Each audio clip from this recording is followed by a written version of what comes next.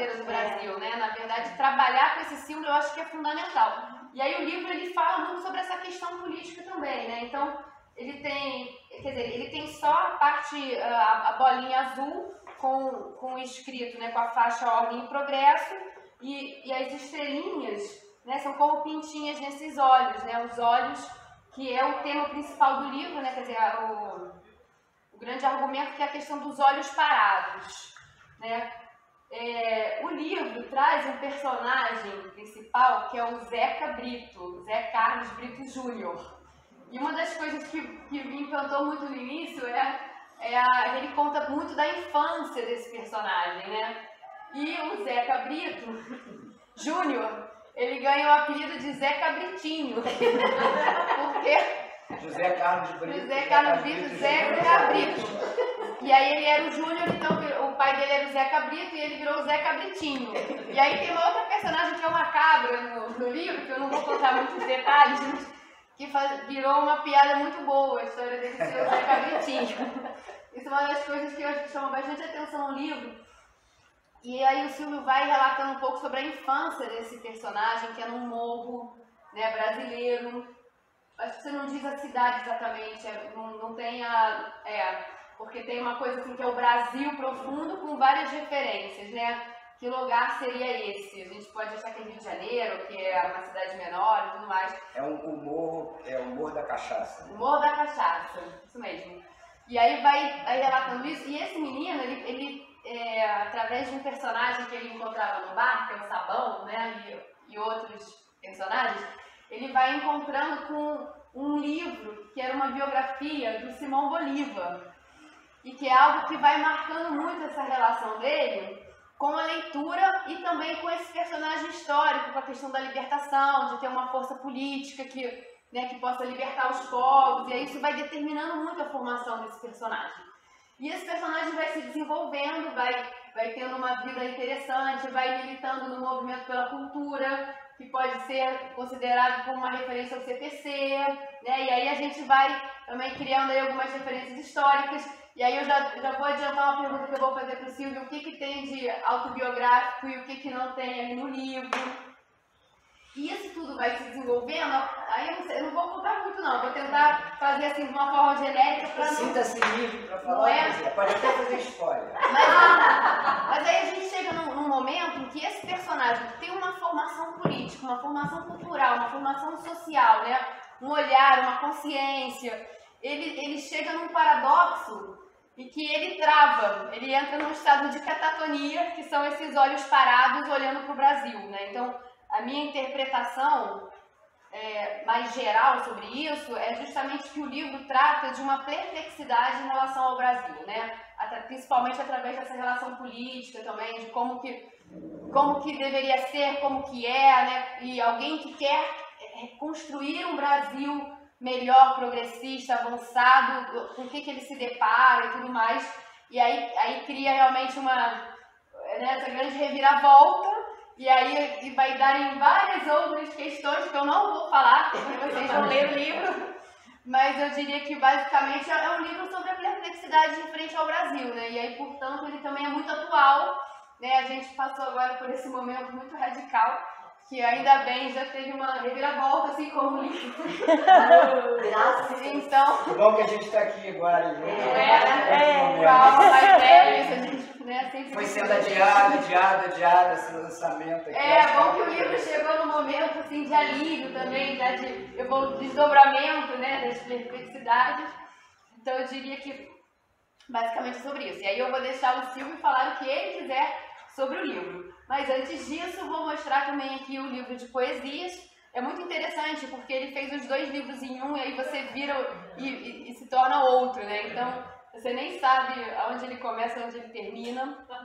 E aí tem uma série de lindas poesias também, que eu acho que a gente podia, acho que de repente vou passar a palavra possível logo, e aí no final, ou mais adiante, a gente podia de repente ler algumas poesias dessas também, que eu acho que vale muito a pena a gente compartilhar aqui coletivamente essas poesias. Então, Silvia, a palavra é sua. Uma honra estar aqui podendo apresentar o seu livro. Já repeti, a honra toda minha, fiquei muito feliz, né, pela amizade, pela admiração que eu tenho por você. a Diana está contratada para toda vez que eu vou falar desse livro, ela falar. Ficou tão perfeito, tão legal. Mas você tinha falado que... Perdão, deixa eu desligar. Que ia fazer uma pergunta e tal, em relação a o que é biográfico e o que é ficção, né? Então, eu tenho uma frase, depois desse livro, eu tenho uma frase que eu saquei a respeito desse trabalho e de outras coisas que eu já escrevi, que é assim: o quanto de memória existe na ficção e o quanto de ficção existe na memória, né? E esse livro é muito isso, porque o Menino do Morro fui eu também, né? Não era o Morro da Cachaça, mas era o Morro do Canedo, do Carangola. Então tem muitas coisas, mas aí a gente mistura muita coisa da nossa memória, né, ficcionada, e a forma com que a gente vivenciou, né, os momentos da vida, vai além dos fatos, né? Que entra, aí eu olho para mim, entra na subjetividade da gente, como é que a gente vivenciou aqueles momentos, né? O menino do botequim lá, do bar, que fica com o avô, que o outro é o cabritinho, né? O menino do bar fui eu um tempo, eu trabalhava no bar junto com o meu avô. Então eu faço o personagem visitando um menino que está lá no bar, é um pouco eu, não sou eu, entendeu? Mas uma das coisas que, logo bem no início, é a questão de trazer também um morro que não existe mais, né? A minha vontade de passar para as pessoas determinado momento do Brasil também, que eu vivenciei enquanto criança, depois enquanto jovem, né? Aí você fala um negócio do movimento pela cultura, que tem uma alusão ao CPC, né? Alguns personagens, né? Um Frei que foi torturado, né? Que todo mundo sabe, Frei Tito e tal. Não é o Frei Tito, mas é uma leitura daquele momento. Então tem muita mistura, né? Eu estava em São Paulo vendo o negócio no hospital lá, o presidente, né, que morreu, o Tancredo, né, passando, vendo a opção de gente, ali, aquelas coisas. Aí o Brito Júnior, quando está no hospital, o movimento, então, coisas que eu fui lembrando, coisas também na época da Direta Já, tudo isso. Então, não é exatamente aquilo, mas as pessoas que vivenciaram isso e que lerem, eu acho que vão fazer algumas relações, né, como a Diana já fez. Então, é uma mistura mesmo de memória e ficção, né? Os livros, o Sabão, né? O Sabão é um personagem, é o sábio lá do bar, da comunidade, né? Eu conheci pessoas assim, né? Que tinham, aí eu ficava conversando, eu como menino conversava, gostava dessas pessoas, e elas gostavam de mim pelo meu interesse, né? Então tem muita coisa que eu vivi, eu estava falando para a Pita ainda esses dias, né? A gente conversa muito antes de dormir, às vezes, né? Ela já leu para mim a Divina Comédia. Trecho da Divina Comédia antes de dormir, trecho do Cervantes. Olha que legal, aí a gente ficava antes de dormir, eu lia para ela outras coisas também, então a gente conversa muito antes de dormir, essas coisas. Altos discursos, né? Às vezes é congresso. Falou, agora vamos parar o congresso. Está demorando muito, 2 horas da manhã. Melhor a gente dormir. As ideias afloram. Então, e é uma coisa também que eu queria falar para as pessoas assim: é bom escrever, gente. Todos devem escrever. Não tem esse negócio, porque eu não sou o Bebeto, eu não sou o Camões, eu não sei o que. Não, a gente deve escrever. Com o meu trabalho com meus alunos, a gente fazia roda de leitura, depois conversava sobre, e eles mesmo trouxeram isso, que é terapêutico. Né? Teve uma menina que falou que uma vez ela estava muito mal, e numa fila de ônibus ali, em Correios e tal, aí de repente, um ônibus não vinha, ela começou a escrever, quando ela terminou de escrever, ela estava mais tranquila, sabe? Então ela organizou, né? A gente quando organiza as coisas, né? Tranquiliza, deixa de ser um monstro que você não sabe de onde vem. Então escrever é muito bom. E eu estava falando para ela e falei, puxa, é uma espécie de testamento também meu, né? da minha existência no meu país e tudo isso. Ficcionada e tal, mas se eu não tivesse, eu falei para ela, se eu não tivesse escrito esse livro, eu não seria tão feliz, entendeu? Ia faltar alguma coisa muito grande. Então, eu sempre gostei de escrever, né? Desde criança, eu escrevia e tal, e esse livro já estava há muito tempo engavetado, não, agora é no computador, né? Mas eu ia trazer para vocês, eu mostrei para ela hoje de manhã, agora de noite, à tarde. Eu escrevi esse livro todo, porque eu adoro escrever a lápis, sabe? Adoro cadernos. Quem quiser me dar presente de Natal, de aniversário, pode me dar caderno. Eu adoro caderno e lápis, sabe? E eu carregava, cara, eu carregava. Hoje em dia eu vi a Luciana Hidalgo, que é uma escritora que eu gosto muito, falando, antigamente a gente carregava caderninho, mas agora tem o celular, mas eu até já escrevi alguma coisa no celular, mas eu tenho essa mania de caderninho, de escrever, de rabiscar, entendeu? E eu escrevi toda essa história num caderno assim, tá tudo lá, tudo, é um manuscrito, eu já mostrei, cara, um manuscrito. Né? Depois, então, eu vou fazendo a revisão, vou passando pro computador, né? A parte mais dolorosa, né? Às vezes dá vontade para um secretário para fazer isso, mas não dá, tem que ser a gente, porque a gente vai mudando também, à medida que você vai escrevendo, você vai mudando, você vai criando coisa. E eu fiquei muito feliz, assim, eu fico muito feliz quando as pessoas me dão um retorno, sabe? Porque a gente ainda vive num lugar, às vezes eu dou um livro para as pessoas até, e a pessoa não lê, ou se lê, não fala nada. É impressionante isso. Então hoje eu fiquei muito feliz, agora eu estava vindo para cá com a mensagem para a Pita. Eu falei, Glória Mosqueira falou alguma coisa aqui. Ela foi ver. Ela falou, ela vai, eu falei, meu Deus, que felicidade. Porque a Glória, quando eu fiz o outro livro, há muito tempo atrás, acho que foi com um livro, eu escrevi, ela leu uma poesia ali e ela foi uma das poucas pessoas que veio comentar a poesia comigo. Eu nunca mais esqueci disso, ó. Tem ideia? Legal! Entendeu? Então, para mim, essa pessoa é muito importante, né? Porque foi. E eu estou do lado de outra pessoa também muito importante para mim, porque ela comentou no livro.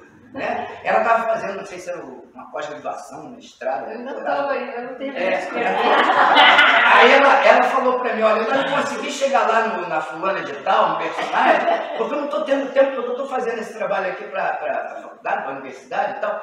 Então ela comentou, né? E algumas outras pessoas, poucas, comentaram, né? Mas comentaram, isso foi muito bom. E eu quero agradecer a vocês.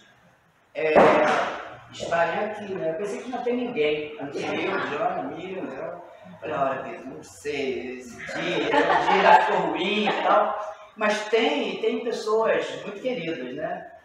Vale 1000 pessoas, né? Cada um está aqui.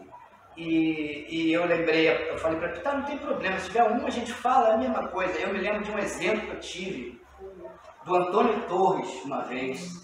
O Antônio Torres veio dar uma palestra no Centro de Cultura, na biblioteca, que era Encontro com o Autor, uma coisa assim, um projeto que tinha sido. E ele chegou, nós chegamos, eu e a Pita, estava acho que o Pedro Troiac, e mais uma pessoa, não Acho que era Mary. Era alguém ligado a Centro de Cultura, não apareceu para ninguém.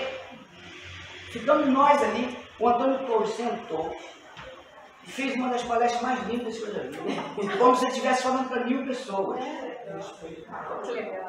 Mas assim, você via que ele não estava com problema nenhum com aquela escassez de plateia. Ele é um ótimo contador de causas, né?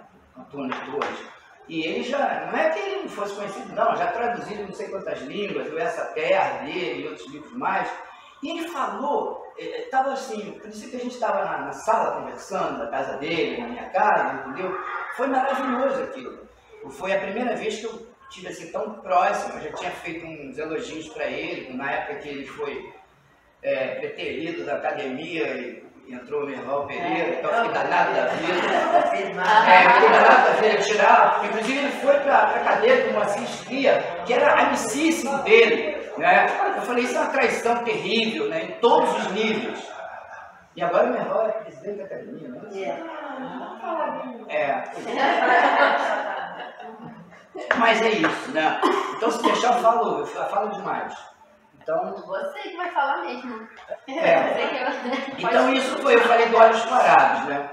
que já estava há muito tempo e que eu tive a oportunidade de poder lançar, editar, né, pagar a edição, etc., através dessas coisas maravilhosas que são os editais de cultura e que a gente tem que lutar muito para que eles permaneçam.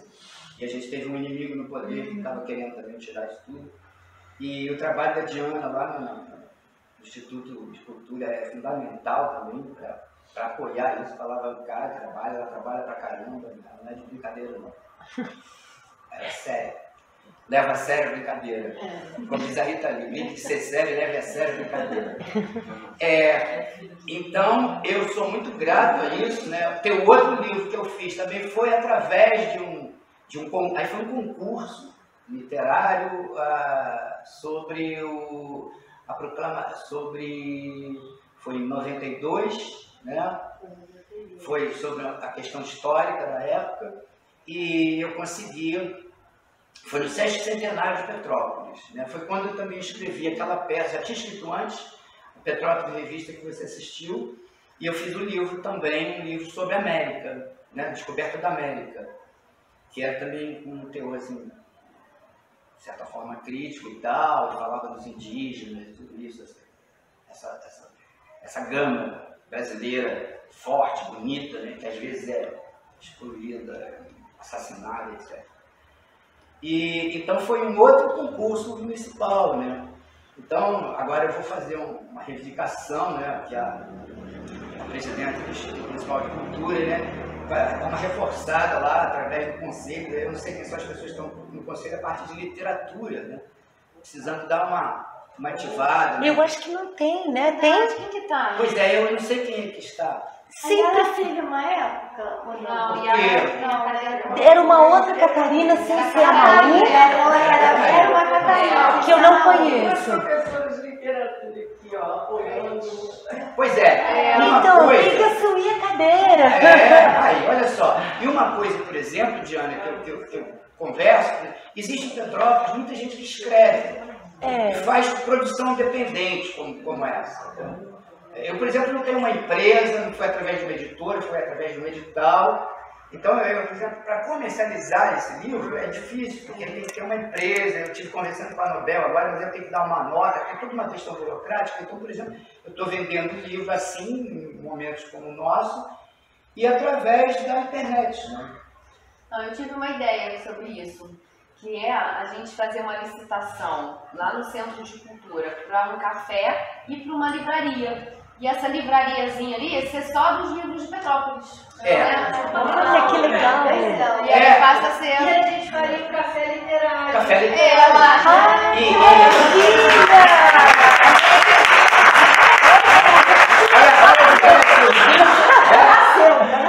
Vai ser um lugar ali central. É maravilhoso, do lado do museu, né? Então é um lugar...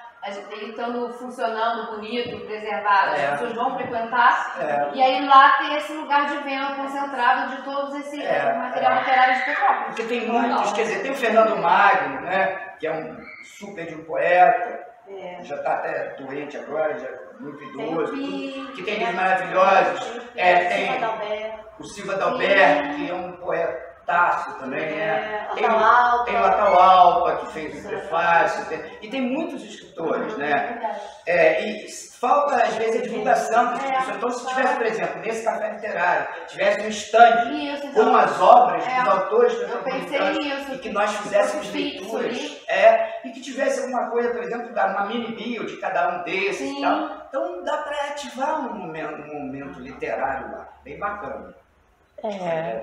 E não apenas escritores que moram aqui, porque tem muitos escritores que escreveram um livro aqui, a Lená, né, também uma delas. E a gente teve esse evento pela prefeitura, agora pelo estado, né, mas a gente também descobriu outros escritores aqui da cidade também, através do Luiz Acla, e eu também preciso, enfim, falar por ele, né? Ele queria muito estar aqui, ele fez bastante divulgação para o evento de hoje, mas ele não conseguiu, ele ficou preso na subida, né?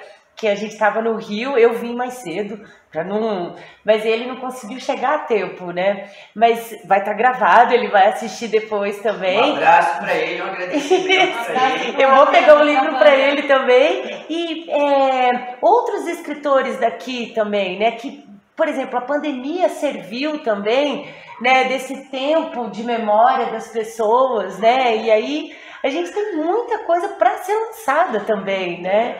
Então é uma coisa bem legal, né? Não só petropolitanos ou pessoas que moram aqui, mas pessoas que escreveram quando estavam morando aqui também, né? Que Petrópolis é o cenário da história, né? Manuel Bandeira, né? Exatamente, exatamente. A nossa amiga Cassiana Lima, que está em Cataguases, porque tem uma mini flip lá, né? Ela é de Cataguases, né? Mas peraí, eu acabei esquecendo. Ih, meu Deus, Pisciana. O que a gente estava falando antes? Não, dos escritores. Dos escritores. Não, eu me esqueci. Eu ia fazer um link do que você falou. Mas depois eu lembro. Mas ela também é uma das... Veio morar aqui, quer dizer. Que veio morar aqui. Ah, lembrei. Ela mora na casa que poderia ter sido a casa do Manuel Bandeira por um tempo. E os poemas que ele escreveu de Petrópolis, né? Que é ali na Mosela.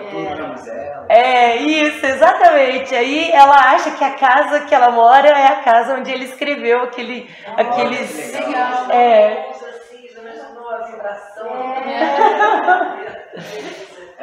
A Lília está falando, eu quero agradecer muito o convite que você fez, agradecer lá pelo pessoal da casa, essa casa maravilhosa, né? A gente poder bater um papo aqui sobre literatura, isso é muito bacana. Sou muito agradecido a você. Pra gente é uma honra ter você aqui. A gente nunca teve teatro aqui, assim, dessa retomada da casa. A gente podia pensar nisso também. Leitura. Uma vez eu vi também leitura, como é que chama? Dramatizada, isso. Muitos anos no Palácio Mineiro. Isso, no Palácio Mineiro. Um outro autor que mora em Petrópolis é o Leonardo Freud. Que veio aqui também. Leonardo Boff. O Leonardo Boff, exatamente. Foi meu professor. O Atauá, a Deca chegando. Bem-vinda, Deca. O Atauá fez o prefácio do meu livro. Que máximo! Fui aluna de literatura do Miguelinho. Também. Cristiane. Silvio, eu queria te pedir para falar mais um pouco dos outros personagens. Porque tem o avô, o pai, o filho, tem o Sabão. E fala um pouquinho dos outros personagens. Tem. Qual foi a pergunta aí? Deca. Que bom. Tem os outros personagens, porque eu falei do Frei, né, que aparece, que é uma alusão aos dominicanos, que foram torturados, ao Fretito e tal. É uma alusão a ele. Tem um psicanalista também, né, que vai lá numa comunidade que tem, mas já é a segunda parte do livro, né? Não posso falar muito, senão vou entregar. Mas é uma coisa outra coisa. Uma coisa que não pode. Sem contar É uma outra vida, porque o personagem tem várias vidas, né? A vida dele da infância, e aí tem os personagens que eu ainda tenho vontade de retomar aqueles personagens daquele bar, sabe? Sim. Porque são pessoas que eu mais ou menos conheci, né? A memória é ficção, né? Então tem, por exemplo, tem um cara que cantava muito, ele era criança, ele trabalhava no bar, né? E ficava, às vezes, até começava a chegar os seresteiros, né? E aí tinha um cara que ele era de outro morro, que o nome verdadeiro dele era Caio Titu. Caititu, mas na história veio o nome de Bem-te-vi. E ele era tudo, assim, era um artista das comunidades, ele saía de uma para outra. Quando ele subia o morro, o pessoal falava, hoje vai ter música. Hoje tem música. Era o Caititu que estava chegando. E o Caititu tinha uma coisa interessante, que ele era gago. Ele falava gaguejando, mas quando ele cantava era uma coisa. E todo mundo gostava de ver aquele fenômeno, entendeu? O gago falava, ele tomava uma cachaçinha, falava, aí gaguejando e não, papapá, de repente ele cantava. Ele cantava uma coisa linda. Ficava todo mundo parado, assim, aqueles caras do bar, sabe? E eu, menino ali, ouvindo aquilo, né? Fazia batucada no balcão, sabe? Foi de Petrópolis, Morro do Caneiro, no Carangola. Só que eu estou falando sobre a minha memória, né? Que eu ficcionei de outra forma. Não é um livro biográfico, por favor. Né? Até porque senão vai me comprometer com coisas cenas sexuais, etc. Mas esse personagem e os outros, né? O senhor que aparecia sempre com violão, eu também coloco. Isso foi uma vivência que eu tive pessoalmente lá no boteco, sabe? No botequim, que era do meu tio e meu avô que tomava conta, e eu saí da escola e ia para lá trabalhar com meu avô no botequim, né? E isso também é uma memória que veio ficcionada aí no livro. Esse personagem, o senhor que tocava violão, tinha aquele que trazia o seu violão, que era o que tocava violão, tinha o BTV, né, que era o Catitu, que cantava, tinha o cara que jogava carta, o carteado muito bem, que aliás me ensinou a jogar a carta, etc. O senhor também. E esses são os personagens do bar, que eu gostaria de retomá-los em uma outra criação, em outro livro. Porque são interessantes, e é aquilo que eu falei, quer dizer, é um Brasil e um morro que não existe mais. E onde eu morava, apesar de ser Petrópolis, urbano e tal, parecia uma coisa rural, sabe? Porque tinha a quinta dos portugueses, vizinhos, né? Que era como um sítiozinho, né? Então tinha vaca, aquela coisa toda. Eu tive uma infância até meio parecia rural, sabe? E isso era muito interessante, foi muito legal, né? É uma vivência boa, né? A gente traz para a literatura. Esse personagem do bar, né? Você perguntou dos personagens, tem aqueles primeiros amores, né? Não sou eu, é o personagem. Mas que, claro, a gente tira um pouco a moça mais velha, que tinha um namorado, né? Que é a Catinha, né?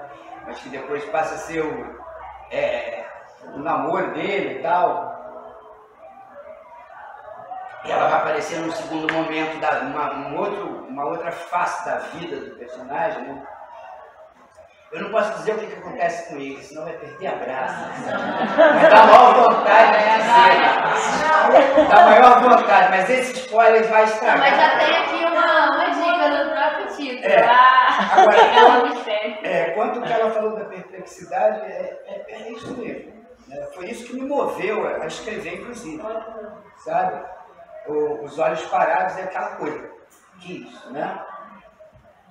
E ele tem lá um problema que ele fica atônito mesmo, catatônico, né? Outro personagem, tem essa moça, né? Tem os primeiros, ela é a primeira transa dele, né? Com essa moça e tal. Tem o pasto, né? O pasto imenso, o campo de futebol, né? A brincadeira perversa dos meninos fazendo assim para matar os morcegos que vinham e batiam na coisa. Essas coisas, é esse material com o qual eu trabalhei. Também, no primeiro momento. Depois, como ela disse, esse menino vai crescer, toma contato com a literatura, toma contato com os filósofos, né? Com o iluminismo, e vê o Brasil do jeito que começa a ver a diferença. Aí ele tem no curso científico, que hoje é chamado segundo grau, né? Ele conhece uma professora. Oi? Hoje ainda é ensino médio. Depois de segundo grau virou ensino médio. Que eu dei aula muito tempo no ensino médio. Então ele toma contato com uma professora, né? Isso eu posso falar. Uma professora de história, que dá aula para ele, né? Que eu dei o nome a ela de Clio, né? Clio, a musa da história, né? E rola ali um negócio entre eles, né, interessante, romance e tal. E ela começa a frequentar também o morro de Vive e tal, e aquilo para ele foi um up na vida dele e tal, e ele depois vira professor e aí UNE, né? Aí, movimento estudantil, tudo isso. E com isso eu fui pegando coisas do Brasil também, sabe? Eu fui aproveitando coisas que aconteceram em várias épocas e fui colocando no livro ficcionado. Né? Tem muita coisa aí. Por isso que eu gostaria muito dos que lessem depois, da gente bater um papo, sabe? A gente pode marcar esse mesmo. Exatamente! Depois que todo mundo lê, a gente fala. Agora, é muito interessante que essa primeira parte é um romance de formação, né? Justamente o que você está falando. Quer dizer, como que ele chega nesse lugar, nesse personagem que ele se torna, né? Você vai contando essa história, como que ele se forma. E eu também gosto muito de obras de arte que tem esse tempo avançado da vida do personagem. Você começa num período e passa-se muitos anos, aí você vê a transformação, vê o que aquela pessoa se tornou. No cinema tem isso, tem alguns filmes que contam isso, e eu fico muito encantada com os filmes maravilhosos. Tem um filme do Labempo que a gente estava falando outro dia, que é O Rei da Noite, que é também ele, desde que ele é bem novinho, aí ele conhece uma personagem também, que é a primeira namoradinha dele, e aí tem a vida inteira dele, ele passa por um monte de história, de problemas, não sei o que, aí aparece ele velhinho, no final ele reencontra essa mesma moça que ele namorava. Então, e o seu livro tem um pouco isso também, porque você passa por vários momentos. Na verdade, quando a gente pensa que tem dois momentos, na verdade, me parece que são três. Não, é mais de dois. Tipo, eu vejo como três partes no livro, na verdade. Porque tem a infância, que é bem grande, é bem detalhada, né? Tem uma dedicação ali especial, porque aí aprofunda nos personagens. Tem a apresentação de tudo pela infância, só que aí ele vai se desdobrando, vai virando esse jovem adulto, né? Com essa carreira toda também política. E aí depois tem um terceiro momento, que já é uma outra história que a gente vai falar daqui a 2 meses, quando a gente se encontrar. A gente já leu. Mas tem esse desdobramento todo, né? E aí se conta essa transformação também, né? Como o personagem se torna. É muito bom para a dramaturgia, né? Porque tem essa transformação. Tem uma coisa que Falar da poesia. eu vou falar agora. Olha, gente, que coisa linda. Sabe o que é isso aqui? O livro de uma professora. Olha. Deixa eu filmar! Olha que coisa mais linda. Não? Olha isso. Só uma professora. Eu estou encerrando essa parte do Olhos Parados para entrar agora no seu E no Olhos Parados, para fechar, se não contar a história toda, ele tem outros personagens também, né? Mas aqui no segundo momento, se eu falar, eu entrego muito, sabe? Mas o livro acontece assim, isso foi uma proposta mesmo, estética, ele vai lá atrás e vem cá para frente. Atrás e vem cá para frente. Ele trabalha sempre, pelo menos em 2 tempos, né? Porque o personagem está rememorando, né? O leitor vai vivenciando a vida dele atrás e o que está acontecendo no país naquele momento, o que aconteceu com ele, né? Então, vai e volta, e você vai costurando essa história assim. Não é, Luiz? É isso mesmo? Bem, e por quê? Bom, e aí você vira, é o Azul do Zen. Azul do Zen. Isso aí é bonito esse nome, né? O Azul do Zen. É sonoro, né? O Azul do Zen, nos anos 90, eu já vinha há muito tempo, né, voltado para a espiritualidade no sentido filosófico, etc. E o budismo. Teve um momento que eu lia muito budismo e vivenciava muita coisa, porque eu tinha uma prática de vida, né? E aí eu comecei a perceber, né, no foco, a minha lente passou a ser uma lente budista, né?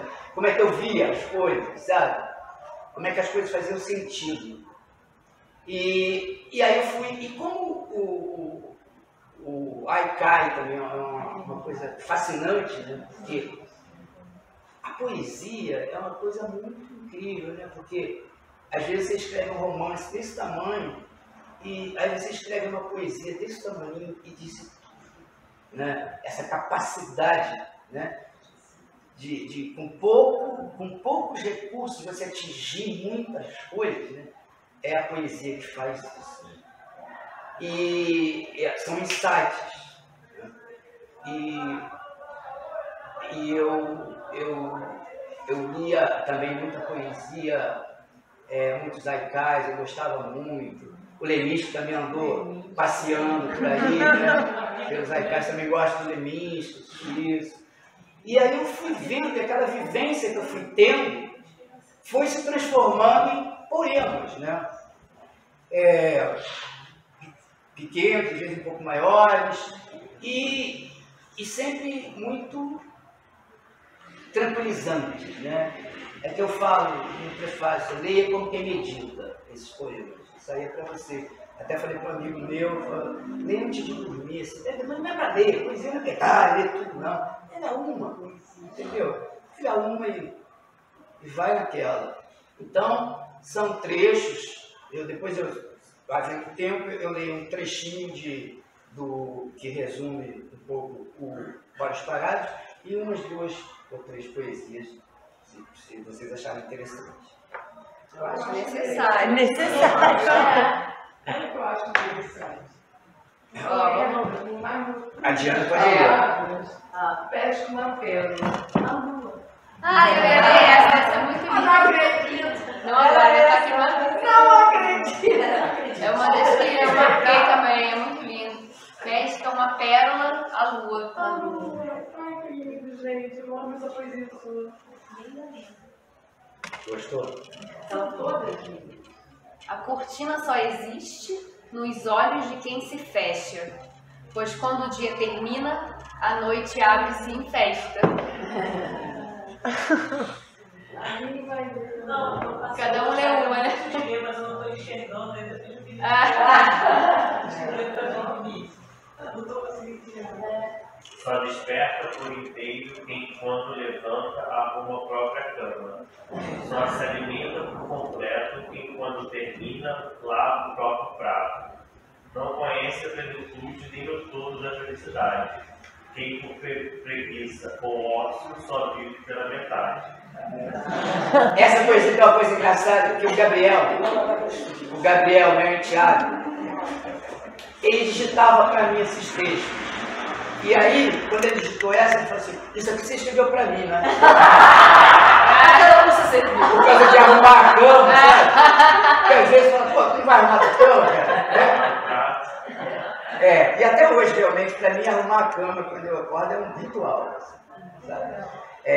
Tem que deixar ela bem bacaninha, porque aí o dia tá pronto. O dia tá pronto.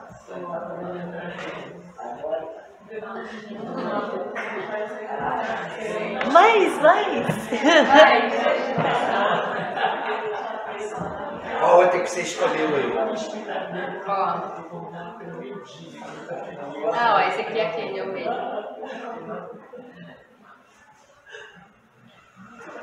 Tem várias. Um pro Grotowski. Que o teatro faça cair as máscaras. Desmonte a ilusão do tempo, abrindo os véus dessas farsas, que o teatro se faça. Isso é o Grotowski. O Grotowski faz parte da minha formação de teatro. Aí tem o Tinha Rá, para minha mãe, para meu pai, para Pita, para Cayenne, para Gabriel, entendeu? É o convívio, né? Essa é uma gracinha também. Após a ponte, abre-se em flor o caminho, segunda-feira no mundo. Gostou?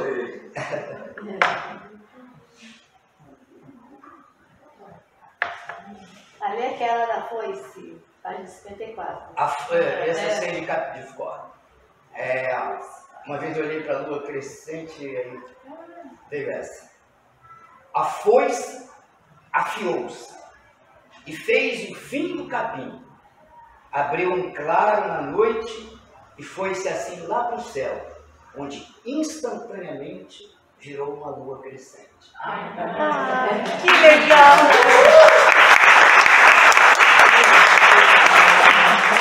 Agora, lá na página 54 é para Pita. Eu vou ler. A lua cheia passeia no céu de sábado, e na espera, à espreita da festa, lá estão as estrelas. Então teu acordeon encanta o anoitecer, derramando montanhas de som, espalhando luz pelo chão. Isso é porque ela tocava acordeon às vezes, e eu achava lindo demais. Né? Tem uma aqui interessante que a gente me mostrou, que agora lendo me fez lembrar até da infância, de quando gritava, né, um lá de cima da laje gritava para poder virar a parabólica, né, mudar a posição da antena. E que diz, casas e casas e casas, subindo pelas encostas, casas e casas e casas, trepando umas nas outras. Casas e casas e casas e casas, e parabólicas, gritos, latidos e uivos, neblina colorindo tudo. Me fez lembrar agora dessa questão, né? Pô, vira mais pra direita, pra esquerda. Tá bom, peraí. Isso eu fiz da sacada da minha casa, assim, olhando lá pro Neilo, pro alemão e tal, e foi vindo essas coisas, ouvindo os sons. Deixa eu ler umazinha aqui, ó, enquanto ela procura ali. Isso foi, eu vi essa cena, me tocou profundamente. Aí eu escrevi: a mão da mãe na mão do filho, encostada, colada na estrada, caminhando nos pés do destino, a mãe pobre e seu menino. Lá se vão para o trabalho, nos braços da segunda-feira, meio tristes, meio sorrindo, de mãos agarradas na vida, tentando de toda maneira. Enquanto a mãe pobre caminha, o menino na sua mão é toda a riqueza do mundo e tanta esperança de bolsa.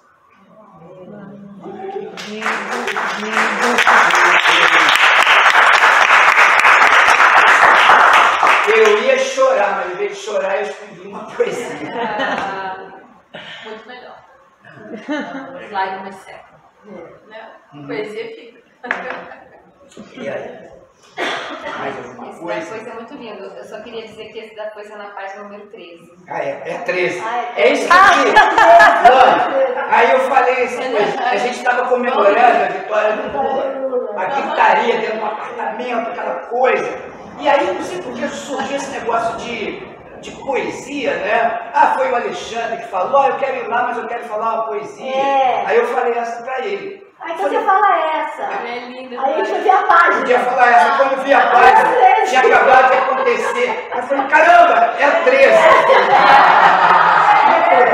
Não foi de propósito, mas aconteceu, né? Você disse que havia uma parte do livro. Do Olhos Parados, né? Eu vou ler porque é um momento dele. Mas então enquanto ele procura lá, tem uma coisa engraçada aqui no livro nosso.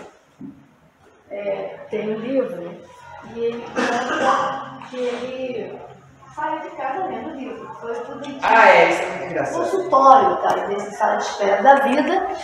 E ele estava lendo o livro. Aí a mulher estava na frente e falou assim, amor, o seu livro está de cabeça.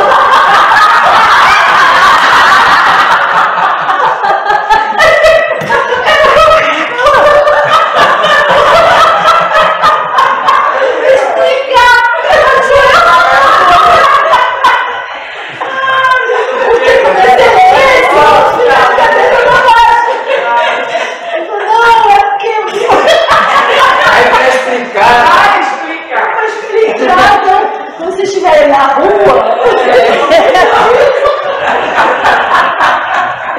Tem que ficar aqui. alguém vai dizer que está fingindo. Será que ia dar outra vez? O então é louco, vai fingir o papel. Botar uma tabetinha. Ou então o Martin Livre é traduzido para o japonês, né? O japonês é que deu ao contrário, né? Eu escolhi ler esse trecho aqui para vocês. Outro dia eu estava relendo aqui o livro E aí eu achei que esse aqui, ele resume, é uma folha aí, no meio só, um pouquinho, mas acho que ele resume bastante da história, porque o personagem as coisas estão se passando na cabeça dele, ele está hospitalizado e tal, mas vocês vão ver a história. Mas aí chama-se Sonho e Caminho, está na página 87 da parte do Olhos Parados. Bebi um pouco de água. Estou bebendo muita água porque eu ainda estou me recuperando aí da doença que eu tive.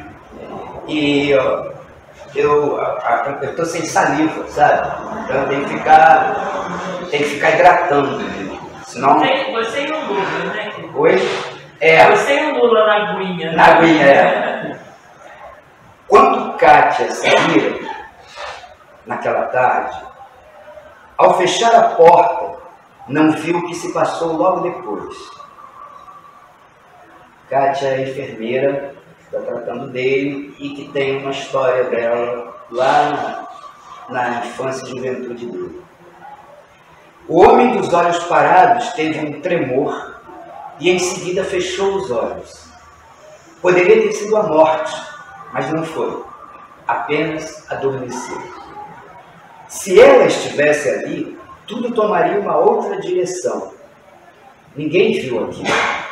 Depois de tanto tempo, os olhos que permaneceram abertos e parados agora fecharam.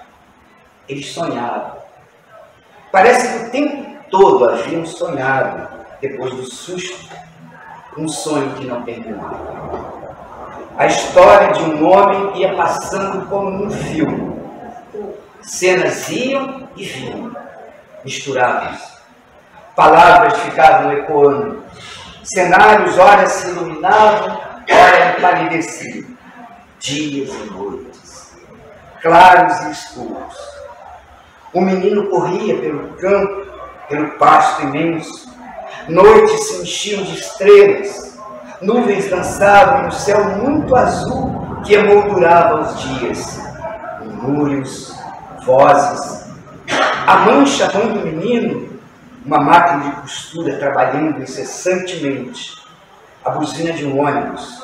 Um herói americano montado em seu cavalo. Uma eterna luta para a libertação. Um bar cheio de rostos e vozes que cantavam. Ela é tão rica e eu tão pobre. Eu sou plebeu e ela é nobre. Não vale a pena sonhar. Não vale a pena sonhar. Homens de colarinho branco falando, sorrindo e ameaçando. O menino crescendo. Uma ladeira entre bambus. A bola de futebol pipocando no campo. Uma velhinha carregando feixes de lenha e depois enchendo uma garrafinha de cachaça no botequim. Homens brigando na rua, a polícia prendendo pessoas, jovens sendo torturados. Uma moça linda com um livro nas mãos acenando do aeroporto. Novamente o bar e um velho com o mesmo livro que estava nas mãos da moça. Uma senhora indo de casa em casa carregando desenhos do seu filho. Uma senhora que carregava desenhos de um presidiário. Pessoas recolhendo dinheiro para a senhora. E noites, e dias, e o menino crescendo, subindo por um morro cada vez mais longe. E o homem seguia sonhando uma vida em fragmentos. Quem seriam aquelas pessoas? O que era aquele tudo? O menino, dentro do sonho, continuava crescendo, ia despertando para os seus amores, descobrindo o mundo à sua volta, chorando suas primeiras lágrimas e inaugurando o gosto da felicidade. O homem sonhava o menino sonhando dentro dele, e eles iam crescendo juntos.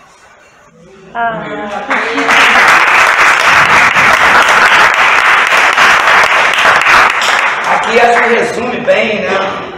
Um pouco de tudo, né? Um pouco de tudo. Mostra claramente que a sua escrita, mesmo a parte do romance, do cabeça para cima, absolutamente poética. É uma prosinha mais extensa, né? Certamente. A parte de cabeça para cima. A parte de cabeça para cima é de cabeça para baixo. Não, Essa é de cabeça para cima agora. Essa ideia foi a Pita que me deu a partir do momento que eu falei, eu quero juntar os 2 livros que eu tenho, né? Porque eu já estava com um livro lá, a gente vive com livros, né? Agora eu tenho de contos, tem outro de poesia, tem um que eu estou escrevendo agora, mas vai ficando lá, no próximo edital, no próximo concurso, né? Vamos lá. Mas eu tenho um caderno que a Caiene, minha enteada, irmã do Gabriel, eles não estão mais no Brasil, ela uma vez me deu de presente um caderno, porque ela sabe que eu gosto de caderno, um caderno de capa dura, muito bonito, e que era assim, de um lado, escrito até em inglês, de um lado era o dia, e aí virava, era assim, o dia, e do outro lado a noite, e que eu guardo na minha mesinha de cabeceira, e eu escrevo à noite e escrevo de manhã também, né? Assim, nem todo dia, mas alguns dias. E aí tinha essa ideia, que eu sempre achei muito legal, né? E aí a Pita falou, por que você não faz com o seu livro, já que você vai fazer 2, aquilo de fazer assim? Puxa, mas será que eu vou conseguir? Vai ficar muito caro isso, muito difícil. Mas não tem problema nenhum na editora. Fiz pela Voz, não tem problema nenhum. Eu acho que eu já vi um livro assim, não me recordo agora, porque tem muitos anos, que era o Jogo da Amarelinha. Cortázar. Olha! Júlio Cortázar. O dele começa lá e começa aqui, você pode começar aqui. Você vai pulando de um lado para o outro. Você pula, muito bom. Mas, Silvio, eu também adoro caderno. E já sei que vou te dar a caderno. Porque eu tenho uma amiga que cada vez que ela viaja, ela me traz o caderno de algum lugar. Ah, que legal. E é muito bom. Inclusive, eu só sei ler com lápis na mão. Eu não consigo ler, seja um romance ou seja um livro de estudo, porque eu vou anotando, eu vou rabiscando, eu tenho várias maneiras de anotar o que é importante, o que é muito importante, o que é bonito, o que eu estranho, né? Então, às vezes anota uma coisa do lado também. Muito ler também eu gosto de ler com lápis também. Eu vou te dar um extensor de lápis. Você lembra disso? Extensor de lápis? Encontrei uma papelaria. Encontrou? Quando ficava cutucando. Quando fica Olha, que legal. Eu tenho uns cotoquinhos. Eu tenho uns cotoquinhos, até porque às vezes era mais fácil de botar no bolso, dependendo do bolso, no bolsinho da calça. E aí, pum, pegava ele, porque vem as ideias. Quando vem uma ideia, gente. Quando a gente tem uma ideia, a gente não pode perder, porque eu já perdi algumas assim, amanhã eu lembro. Então, outro dia mesmo, eu acordei de madrugada, sem fazer barulho para não acordar a Pita, fui lá e mandei, escrevi um negócio que veio, foi se formando. Vai lá, que no outro dia eu não vou lembrar, entendeu? Veio uma frase, veio um poema, assim, devagar você vai trabalhando, então você não pode perder. Então, por isso que eu ando sempre com um cotoquinho de lápis, com lápis e um caderninho, né? Eu tenho muito caderninho pequeno, né? Eu tenho uns lápis que a minha mãe me deu, minha mãe faleceu de Covid ano passado, né? Mas ela já tinha me dado isso uns 3 anos atrás, lápis indianos, então lápis muito legal, eu gosto de escrever com aquele lápis. Eu escrevo com lápis de desenho, lápis que é feito para desenhar, eu gosto de escrever. E até hoje eu tenho lá um cachinho que ela me deu, está quase acabando, eu falei, meu Deus, não vou encontrar esse lápis agora. Mas é isso. Que material é atualmente essa situação? Porque geralmente agora eu nunca mais tinha me lembrado disso. Na casa tinha, mas era de metal.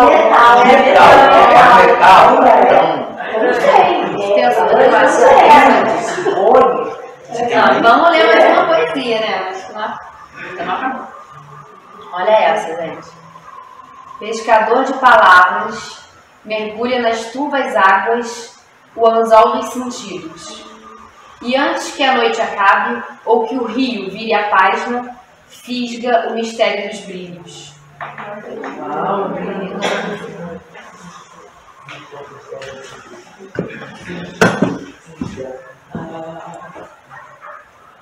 Algo mais que você gostaria? Ah, uma coisa, você é cineasta, né? Eu não sei porquê, mas o pai da Pita morou com a gente lá um tempo, né? E ele gostava de ler também muito. E aí uma vez já tinha terminado o livro, já tinha terminado. E aí eu comecei a contar para ele a história. Aí ele falou assim, ué, mas isso é um filme. Ele falou, mas isso é um filme. Eu falei, é.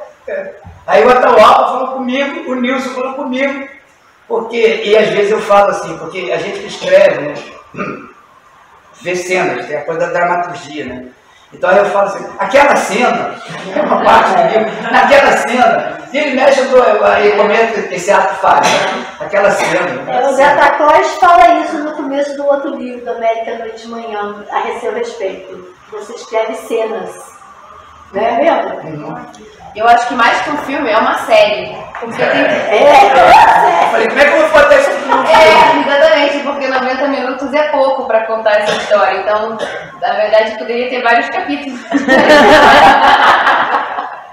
Que aí dá tempo de ir aprofundando, né, as delicadezas da história.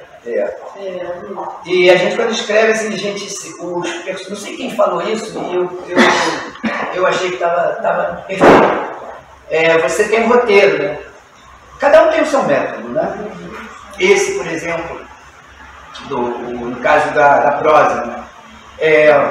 Eu roteirizei, porque eu tive essa ideia, né, do personagem, né, de uma situação, associei ao país e tal, e fiz o roteiro, né? Mas aí começam os personagens aí aparecendo, e você, às vezes, eles é que tomam o caminho. Você vai atrás dos personagens. Não é você que vai botar os personagens a fazer as coisas. Você começa, mas chega um momento, à medida que eles vão se construindo, aquele personagem vai pedindo determinadas ações, determinadas coisas, e você tem que ir atrás. Você vai atrás. É o personagem que te leva. 11 personagens da procura de um autor. Pirandello. Aliás, eu gosto muito do Pirandello. Eu gosto dessa coisa do meta-teatro. Você já viu lá na peça, né? O teatro é do teatro. Né? Mas tem isso. Você vai atrás do personagem. E tem uma coisa que o Saramago falou, que eu também falei. Eu faço isso. E não me comparando com o grande Saramago, mas eu leio tudo que eu estou escrevendo. Se ficar bom, aí eu falo, tá legal. Eu só sei escrever lendo. Porque eu também adoro ler. Né? Isso é uma coisa que as professoras do primário que me colocaram esse bom hábito. Né? É uma forma de você descobrir o ritmo, né? Exatamente. Às vezes é o mais importante naquele momento, que a história já está boa. Exatamente. Então você tem que dar o ritmo para pensar como a pessoa vai ler. Né? E isso talvez tenha um pouco a ver com o que você falou. Vocês falaram o negócio da prosa poética, da poesia, né? Essa busca do ritmo. E então eu leio, eu escrevo, leio. Quando é comédia, eu morro de rir. Quando tem graça. Se eu não rir, não tem graça. Então é isso. O personagem é que te leva, né? E eu leio tudo. Eu vivo fazendo leitura dramatizada com as coisas que eu escrevo. Você é um ator também, é natural isso. E você riu muito quando você escreveu do seu cabritinho do Henricão? Eu li. Agora, eu sou obrigado a dizer que essa história aconteceu. Essa história do cara com a cabritinha aconteceu. Nos morros acontece. No pasto, e foi visto e virou piada de todo mundo, entendeu? Agora, que o outro cabritinho aí é ficção, mas que teve um personagem lá que fez sexo com uma cabritinha, né? Ele veio do interior e estava acostumado com isso, chegou lá e fez, e o pessoal viu, entendeu? Aí o apelido dele passou a ser Cabrita. Um período da minha adolescência, eu tinha uma amiga muito próxima que tinha um sítio lá no Brejal. E isso é fato. Brejal, aquela época, né? Sei lá, 50 anos atrás. Nossa! Era roça mesmo. Então, próximo ao sítio dela, tinha uma birosquinha, que eu não sei nem se a gente pode chamar de birosca, era um quadradinho assim, já onde você está até ali, que tinha uma mesa de totó pequenininha, um balcão, 2 mesinhas, o negócio se expandia. E tinha um cara que era casado com uma cabrita. Ele frequentava o bar com a cabrita.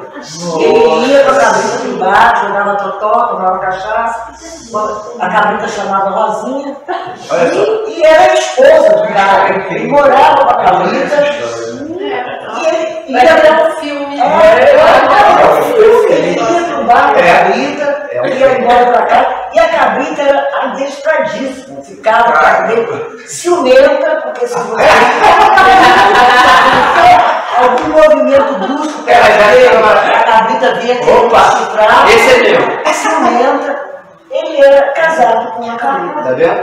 Então, se todo mundo achava normal. era completamente normal, completamente normal. Todo mundo sabia disso. Sim, era evidente. Eles só não usavam as Vocês agora já dá para vocês imaginarem que eu falei do cabritinho, né? Zé Cabritinho, a coisa que acontece ali, né? Ele fica danado e tal, aí vocês vão ver lá.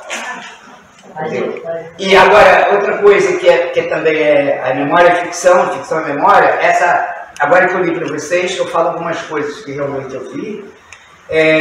Essa senhora, um feixe de lenha, que ela cozinhava, era tudo a lenha na casa dela, morava num barraquinho. Eu trabalhava, aí eu mesmo, Silvio, trabalhava no bar do meu tio, e ela sempre subia, eu falo, vejo a imagem direitinho, já uma senhora velhinha, ela ia buscar lenha, e ela subia o morro com aquela coisa de lenha, quase não falava, mas ela gostava de uma cachaça. Aí ela ia, passava em frente ao bar, ela ficava olhando, ela ia até a casa dela, colocava ali, toda vez, voltava com a garrafinha assim, botava, eu tinha que encher a garrafinha de cachaça dela. Então essa senhora existiu mesmo. Muitos aí existiram de verdade. Foram ficcionados alguns, mas essa senhora, essa imagem dessa senhora é inesquecível. Porque ela quase não falava. Ela não chegava no dia, eu já sabia o que era, meu avô sabia qual era a cachaça, tudo, entendeu? Então tem isso. Por isso que eu tenho vontade de voltar a esses personagens, que eu estava te falando, do bar, e fazer um livro, um conto, não sei, sobre essas pessoas, né? Porque é muito rico, né, o que acontecia ali. Os jogos, né? Tinha carteada, aí vinha a polícia, aí tinha o cara que era o que entregava, o delator. Oi? É delator, o alcaguete. O alcaguete, né? E que todo mundo conhecia, falou, fulano tá subindo o morro. Aí todo mundo limpa a área. Né? A história do defunto, porque tem a história do defunto é real. Ótimo. Entendeu? Eu não resisto de contar a história do defunto. Tinha um cara que chamava. Aí eu não sei qual o nome que eu dei nele, porque agora eu estou lembrando do personagem, da pessoa real. Era o Tião Defunto, era um cara. Tião Defunto, era o nome dele, apelido, né? Sebastião. Vamos lá. Todo mundo sabia da história. Primeiro que ele era exímio jogador de rondinha. Rondinha, vocês não devem saber o que é. Bota a carta lá e 2 cartas, né? E tal, aí vai, qual que vai dar e tal. E ele jogava trambiqueira, assim, sabe? Então ele fazia uns acordos lá com o meu tio também. Mas ele era o rei da rondinha. Só que ele tinha uma história, ele chamava Tião Defunto, porque ele trabalhou uma vez numa funerária. E aí, ele ficou com sono e dormiu no caixão. Dormiu no caixão. E aí chegou o dono ali, né, do estabelecimento, e viu ele dormindo lá deu um esporro nele assim, para! E aí ele acordou todo assustado. E aí eu li a história, porque aí também, quando chegava a polícia, né, todo mundo corria, porque era proibido o jogo e tal. Aí levanta as cartas da polícia. E aí ele acordou gritando isso, foi acordado repentinamente, e aí ele levantou e falou, vem a polícia, vem a polícia, vem a polícia. Só que era o dono da funerária na qual ele trabalhava, ele estava dormindo no caixão. Então eu também coloquei essa, é a história que se contava no morro, entendeu? E tem muitas outras histórias. Isso aí é uma coisa interessante, porque assim, normalmente, o que as pessoas assim, que escutam assim, foi criado num bar de morro e tal, tudo depende muito de quem está assistindo e vivenciando, né, as situações, as mais variadas situações. Porque, por exemplo, você conseguiu tirar com apuro essas experiências todas, esses personagens todos, né, sem se macular com o bar, que pode ser um ambiente que você vai virar um viciado em jogo, vai virar um alcoólatra, vai virar não sei o quê, que muitas pessoas que crescem ali num ambiente desse, provavelmente vai virar, né? E você soube vivenciar essa experiência.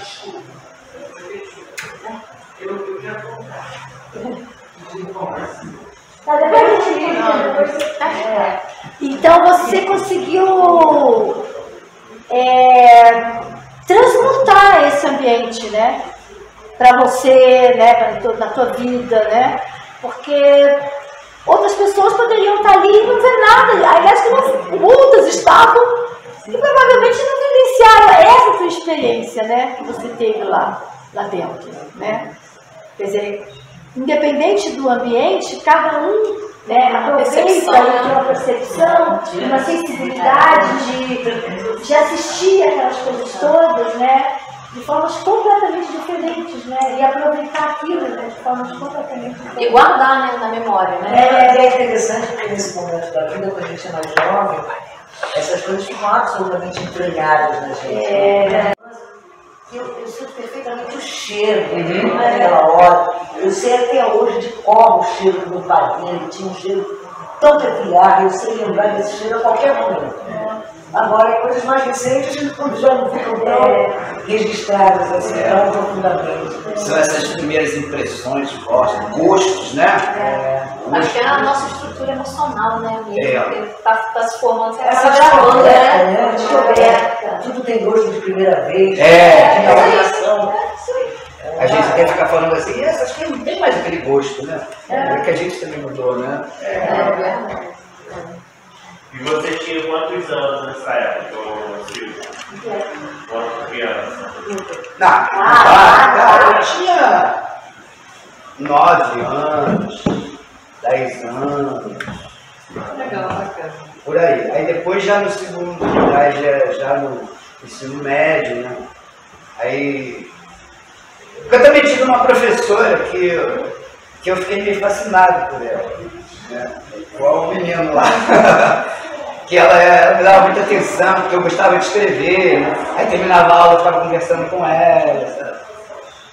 E eu também coloco o personagem assim, aí já é um pouco mais, então por isso que a Rita perguntou, eu ia te perguntar isso, qual momento, né? É isso. E que é bacana, né, trazer essa sua vida enquanto criança, né, que trabalhava no bar e conseguir transformar ela numa outra história, né, e tirar bons aproveitos, né, no sentido de mostrar algo engraçado, né, uma leveza talvez. É interessante você estar falando uma coisa agora, eu estou tendo um insight assim, porque essas coisas eu vivenciei de uma determinada forma. E hoje, com o distanciamento, eu reflito sobre elas de um outro ângulo, né? É interessante, né? Porque a vivência foi de um jeito. Agora, esse momento, eu estou resgatando aquela vivência para o personagem e já com a crítica de alguém já mais velho e tal. E que as crianças que hoje vivem lá não tem essa, né? De repente não tem esses momentos, né? De falar de repente de um jogo, de live, de correndo, ver outras coisas, né? Mais críticas talvez, no sentido de até mesmo do que a Rita disse, né? Das crianças se envolverem com algo errado. Não saber realmente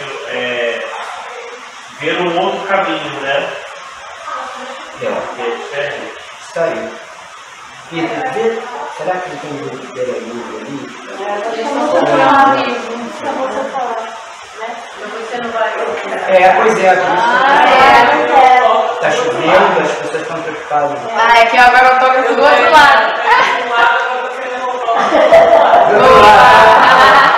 Valeu. Você pode autografar. Eu já tenho também meu autógrafo. Você vai querer do outro lado? Vou querer do outro lado também.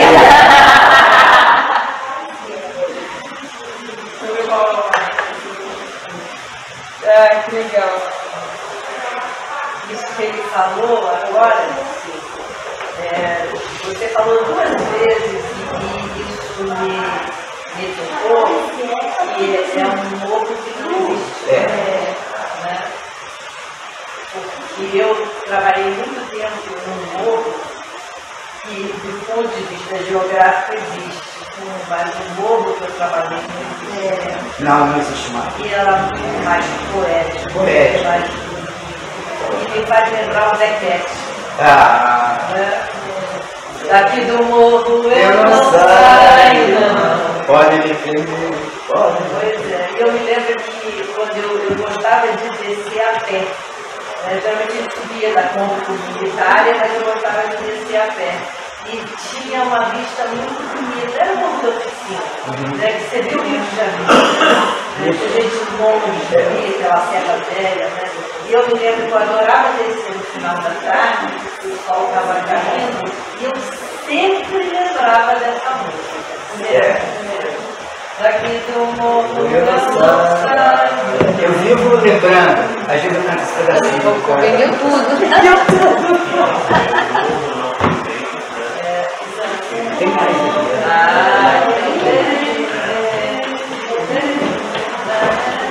Olha essa frase aqui, gente, em algum momento que eu não vou dizer qual. E o cavaleiro trotava em direção ao horizonte aberto do crepúsculo. Do céu desciam estrelas sobre o cavaleiro e da terra subiam pelas patas do cavalo chamas vermelhas incandescentes. O azul esverdeado e o frio das estrelas uniu-se ao vermelho das chamas. Então o cavaleiro desapareceu, transformando-se em uma noite púrpura. Essa não pode dizer de onde é. Vou pegar uma minha também. Essa cena Ele tá na hora. Agora caiu uma tempestade. Essa que vai gostar de ver. Oi? Essa que vai gostar de ver. Eu posso pegar o outro lado? Todos os autógrafos têm direito. A Glória já foi, né, filho? Oi? A Glória já foi. Ela queria o livro. Olha, eu vou fazer uma sugestão, então. Que daqui no início do ano, talvez final de janeiro ou fevereiro, a gente faça um novo encontro dele para debater o livro inteiro. Isso, todo mundo fica levando hoje. Tá. Aí já deixa aí agendado, né? Então, eu quero muito agradecer a presença de vocês, agradecer a presença de todo mundo que está aqui. E ó, vamos amar essa ideia aí desse café literário metropolitano. Vai ser muito legal. Brigadão. Obrigado a você.